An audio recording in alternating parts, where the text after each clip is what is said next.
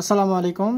চাকরির পরীক্ষায় যারা গণিত নিয়ে চিন্তিত এবং শর্টকাটে যারা ম্যাথ করতে পারেন না, যেহেতু 1 মিনিটের ভিতরে ম্যাথ করে ফেলতে হয়, সেহেতু 30 সেকেন্ড 40 সেকেন্ডের আগে কীভাবে ম্যাথ করবেন আমরা সেই টেকনিক নিয়ে আপনাদের সামনে হাজির হয়েছি। এখানে একটা ম্যাথ এবং দুইটা ম্যাথ প্রায় সেম ক্যাটাগরির দুইটা ম্যাথ, সংখ্যাগুলো চেঞ্জ।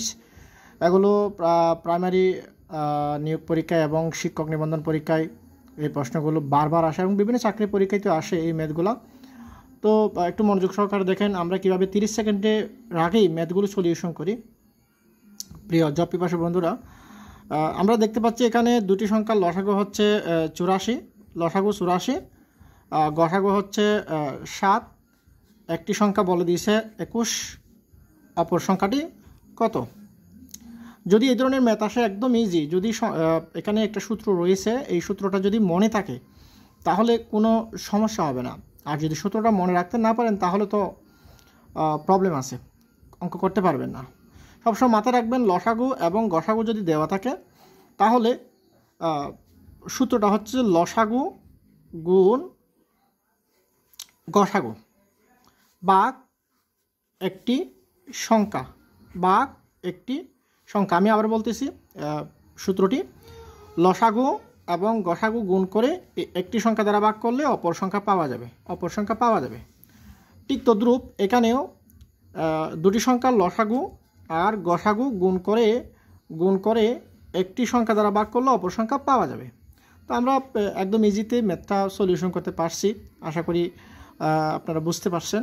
তো এটা যদি আমরা সলিউশন করি 3 × 7 = 21, 3 বার যাবে 3, আর যদি 84 আমরা ভাগ করি তাহলে আমরা পাবো 3 × 2 = 6, 3 × 8 = 24, 28 পাওয়া যাবে, অপর সংখ্যাটি 28 পাওয়া যাবে।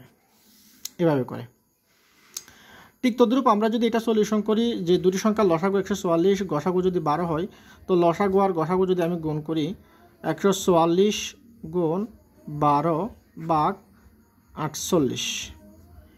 এটা অনেকে কাটাকাটি করতে খুব কষ্ট হয়, হ্যাঁ এখানে তো ক্যালকুলেটার নেওয়া যাবে না, সো কাটাকাটিটা একটু ভালোভাবে বুঝতে হবে। 12 আর 48 যদি ভাগ করি 4 বার 48, তারপরে 4 আর আমি যদি 144 ভাগ করি তাহলে 3 × 4 = 12, 3 পাওয়া যাবে। এবং এখানে আছে 2, এখানে 4, 3 × 8 = 24, 3 × 4 = 12, 3, 3 × 8 = 24, 8, অর্থাৎ অপর সংখ্যাটি পাবো 38।